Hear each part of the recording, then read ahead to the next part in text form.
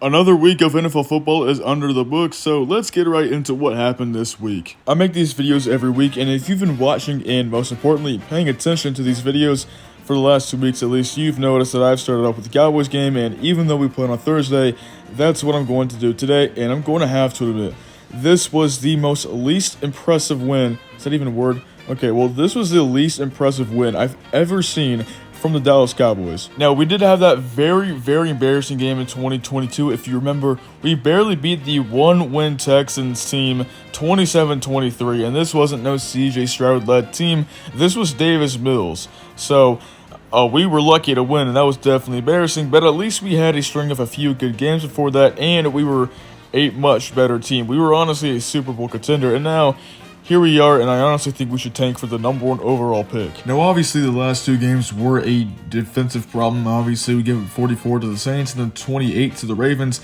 Now, the offense was a bit of a struggle, but Cowboys fans really didn't acknowledge that. But in this game, we absolutely have to acknowledge it. I mean, how do you only score 20 points against the New York Giants? But anyway, I don't really know what the main problem is, besides the fact that maybe it's Mike McCarthy, and we have no running back room. We don't have a good running back room at all. Our best running back is Rico Dowdle, and I'm just going to be completely honest, Cowboys fans, you'll probably agree, Rico Dowdle is the worst starting running back in the NFL. We lost Tony Pollard, and we should have gotten a free agent like Josh Jacobs or Derrick Henry. It's unexcusable at all. Speaking of Derrick Henry, Sunday Night Football is still going on, and Derrick Henry is having an insane game. Over 200 yards and 2 touchdowns. I have no words, simply put. We passed over this man for a washed Ezekiel Elliott. I have no words, simply put. I do want to talk about the Giants, though, and the guy I want to talk about is Malik Nabers. He's only a rookie, the 6th overall pick, in his 4th game, and he's been absolutely insane. And again, wow, okay. Against the Cowboys, he had over 100 yards and 12 receptions, no touchdowns, but he's been getting a lot of those so far in his young NFL career, and he's so good he's made Daniel Jones look like a decent quarterback.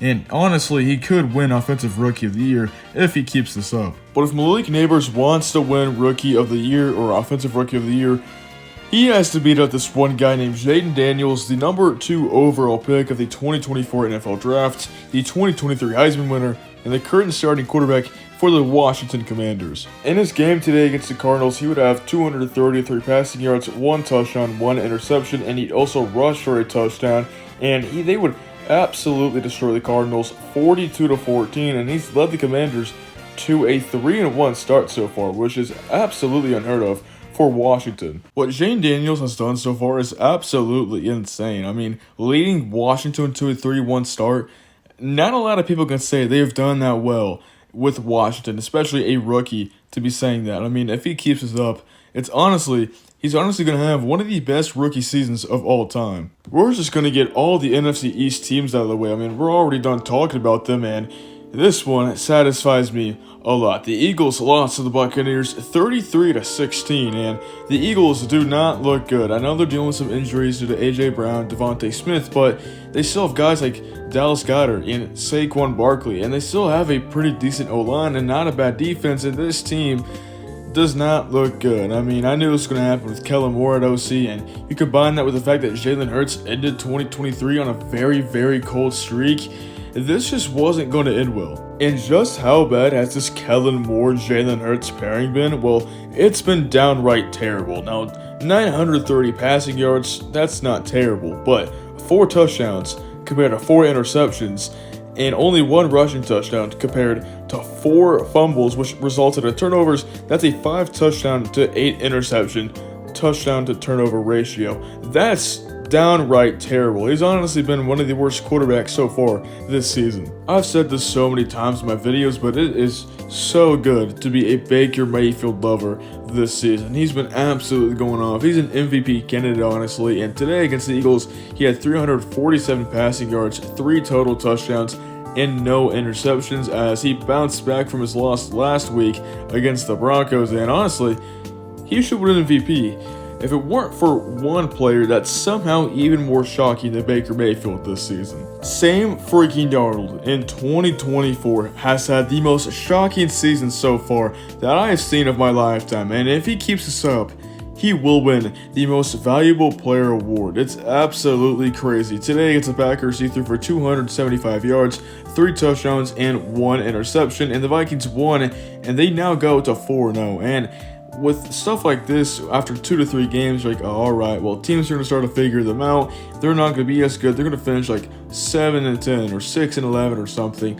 But by week 4 is usually when you start seeing teams slow down. The Vikings and Sam Darnold have not slowed down yet, and with this season being so streaky for quarterbacks, like Mahomes has been playing terrible so far, Sam Darnold is the league MVP as of right now. Speaking of Mahomes and the Chiefs, somehow they won again, beating the Chargers 17-10, and Mahomes just does not look good. Like I said, he has not been good at all this year, and in this game, he threw for 245 yards, 1 touchdown, and 1 interception. And honestly, this Chiefs team feels very, very similar to those very boring Steelers teams that are very bad on offense but very good on defense, yet they somehow find ways to win games.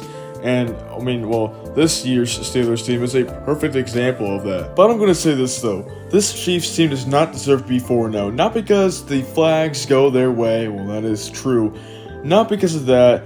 It's not because they've been dominating the NFL for the last 2 years, even though that frustration is penting up.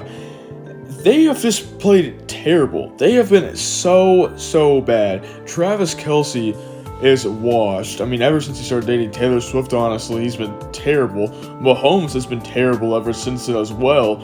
And then, what else? Isaiah Pacheco is out for a long time, and now Rashee Rice is out for the season, and they're somehow 4-0. This is honestly more fraudulent than the Steelers 3-0 record last week. This is more fraudulent than the Seahawks 3-0 record. It just doesn't make sense that the Chiefs are winning these games. I know why. Satanic magic. That's the only way I can come up with it. It's so stupid. The Bears beat the Rams 24-18, and even though he's not playing near as good as Jayden Daniels, I am very happy to say that Caleb Williams is finally playing well. He had a good game against the Colts last week if you take away all the turnovers and everything, but he didn't turn the ball over once against the Rams, and he threw for 157 yards, which is a bit low, and 1 touchdown. And I said this a few weeks ago, and I've been saying it a lot. Once he takes away the turnovers, and once he figures a few things out, he's going to be really good in the NFL. And I am not giving up on Caleb Williams quite yet. He is going to do some special things in the NFL. The Broncos and Jets just played easily the most boring game of football we have seen yet in the big year of 2024, and that's saying a lot because there has been some very bad and very boring football being played so far. But hey, when it's a rainy day in New York and it's a game between 2 very good defenses, it's kind of well, not really, because the Jets have Aaron Rodgers and some other good weapons, but a 10-9 win from the Broncos is honestly something I wasn't going to expect. The Colts finally ended the Steelers' undefeated streak as they beat the Steelers 27-24, and the biggest takeaway from this game is that Anthony Richardson got hurt. Yeah, and Joe Flacco stepped in and, well, let the Colts still win. And could we be seeing a resurgence yet again? And could we be seeing Joe Flacco lead a team in the big 2024 to another playoff berth? I don't know, because I don't know what Anthony Richardson got injured on or what happened, but he is injured. I don't know how long Joe Flacco is going to be starting for, but it is just still crazy to see Joe Flacco still playing football. Alright, that's all the stuff I'm going to be going over for today. What was your most favorite part of the week? And that's about it. Jesus loves you, and goodbye.